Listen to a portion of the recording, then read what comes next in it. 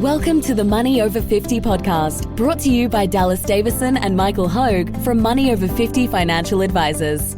This information is general in nature and does not take into account your objectives, financial situation, or needs. Therefore, you should consider whether the information is appropriate for you and your personal circumstances. If you require personal advice, please contact Money Over 50 Financial Advisors. Here are your hosts, Dallas Davison and Michael Hogue. Welcome to Money Over 50 with Dallas and Michael. Dallas, today your topic is a new thing won't make you a certain type of person. I'm getting the vibe of a conceptual podcast. Bit of a conceptual one. As with all my conceptual podcasts, I'll start with something concrete. So,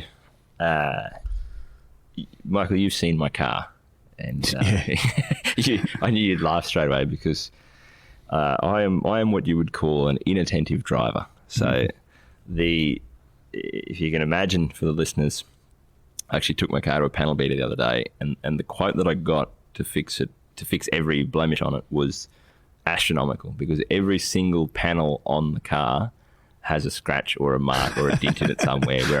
Now, just to clarify, this is all just from hitting stationary things. I don't hit other cars. People. I don't hit people. I don't hit animals. I don't hit any sentient beings or anything that costs other people money. I'm only hurting myself. I bounce into gutters, or I back into trees, or I reverse into power poles, or I skid the door along something. And so it got me thinking about, I've just accepted to some degree that I'm an inattentive driver, and that's the type of person I am. Also, my car doesn't tend to be that clean because I basically don't pay any attention to my car, and I treat it purely as a vessel to get me from A to B. And so I don't keep it that neat and tidy.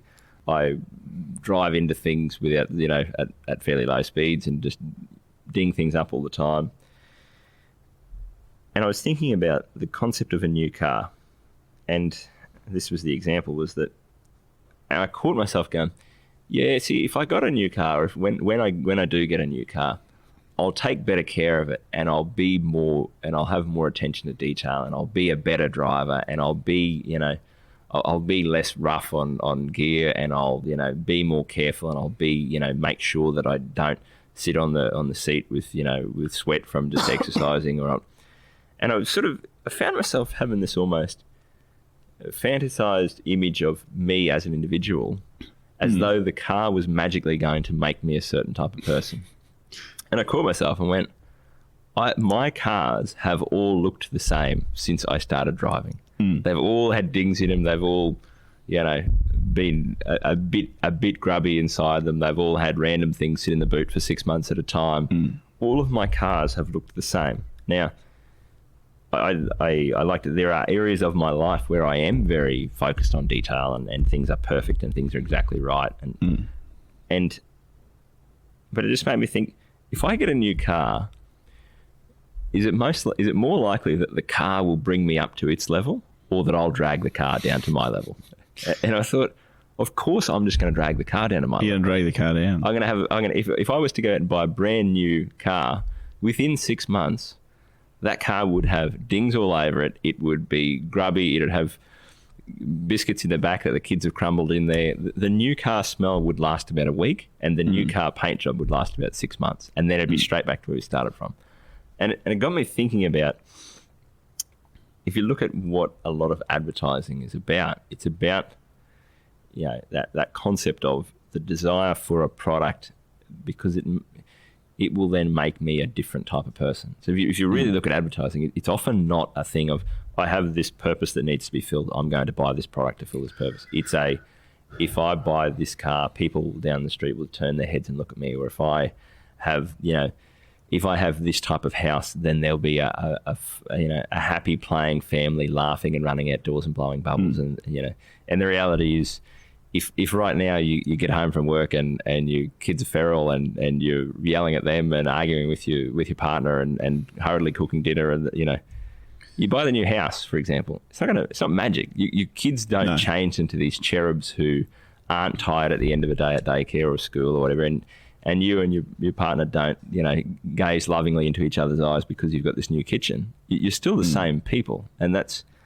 I think there's something about that I don't really know what the action item is from today, but I think the concept. I was actually gonna say, what's your point? I think the point is, when we look at our association with our possessions, and so the car's a really good example. So when I was, when I said it, I now have to give a story where I actually look a bit sensible. And as I've said before, when I was training heaps, I'd have my exercise gear, my gear bag in the boot of my car with all of my martial arts gear in it and all those sorts of things.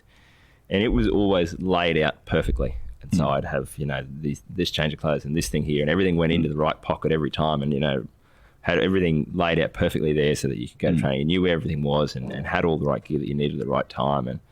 And then, but the car was just was a mess even then. It's one of those things where I think there has been times in my life where I've gone, maybe I should be the sort of person who takes better care of my car, but I'm not. And if I actually want to be that person, or if I decided it was important to me to take better care of that car, the first thing that I have to do is actually be a different person. I have to actually take the steps, make the changes in my own life and in my actions and in the things that I do. I should be doing that well and truly before I go and buy the new car. Yeah. Does that make sense? So it has to work that way. I have to be a different person, and then and then the effects of that will flow, so that then my car will be neater and tidier. And then when I buy a new car, then I will take better care of it. I can't, the possession can't do the thing for me. Does that make sense? It does. Yeah. I don't know if there's anything actionable for people here, but I think what you find, where I notice this is it's to some degree probably demoralising for people, where I've had so many meetings with people where they've said to me, the other big one that you hear is all the time, people go, we want to go camping with our kids, for example. We want to have these, fun weekends away together as a family and, get away and really spend time together. Therefore, we're going to buy a four-wheel drive and we're going to go camping.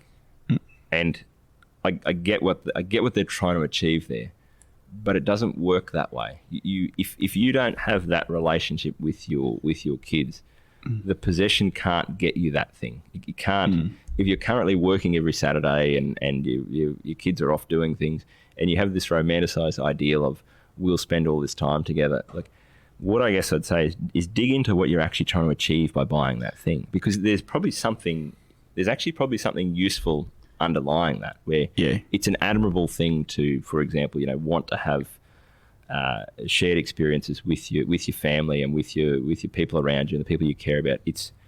That's actually the point that you should be getting from that is what am I actually trying to achieve by buying this car? Okay, is that an admirable thing? If I'm buying a car, for example, because I think that I want people to think that I'm some high roller, that's probably not. That's probably not a really which good I think is the case a lot of the time, and I mean, in that case, it's ironic, isn't it? Sometimes often, the possession that's supposed to be there to spend more time with your family, that's the desirable state, is the very thing that makes you work every Saturday. That makes you work every Saturday to pay for it. Yeah. So look, it's one of those things. It's possessions are.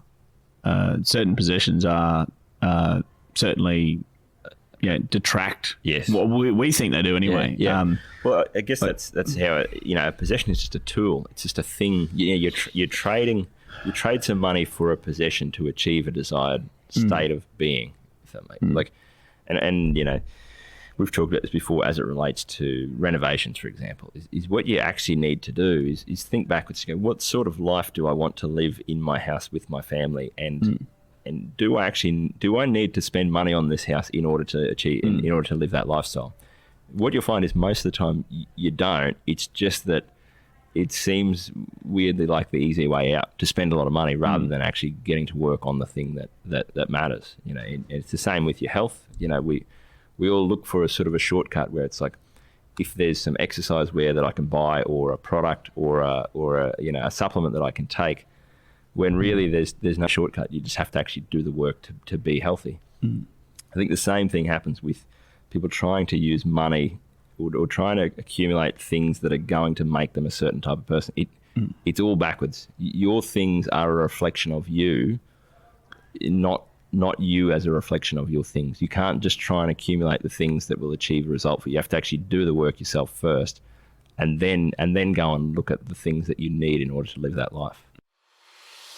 Thank you for listening to the Money Over 50 podcast with Money Over 50 financial advisors. For more information and resources, visit the Money Over 50 website, mo50.com.au. We look forward to catching up again soon.